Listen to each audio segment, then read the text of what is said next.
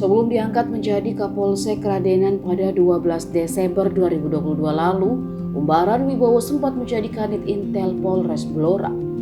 Jabatan itu ia dapat setelah tugasnya sebagai Intel atau kata lain sebagai wartawan kontributor TV berakhir pada Januari 2021. Nama Umbaran Wibowo saat ini memang ramai karena menjadi Kapolsek Kradenan Blora.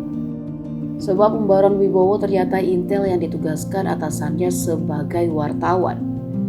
Dulunya Umbaran adalah Intel khusus yang bekerja di wilayah Blora yang kemudian menyusup sebagai seorang jurnalis.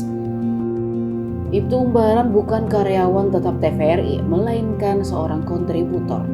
Penugasan Umbaran sebagai Intel selesai pada Januari 2021. Umbaran lantas menjadi Kanit Intel Polres Blora.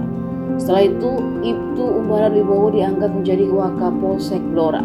Dia dilantik menjadi Kapolsek Kradenan pada 12 Desember 2022.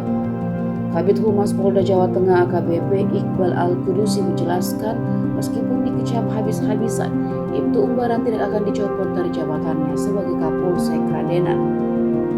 Dilansir dari laman resmi dewanpers.org.id, nama Umbaran Wibowo tercatat bertugas di TVRI Jateng.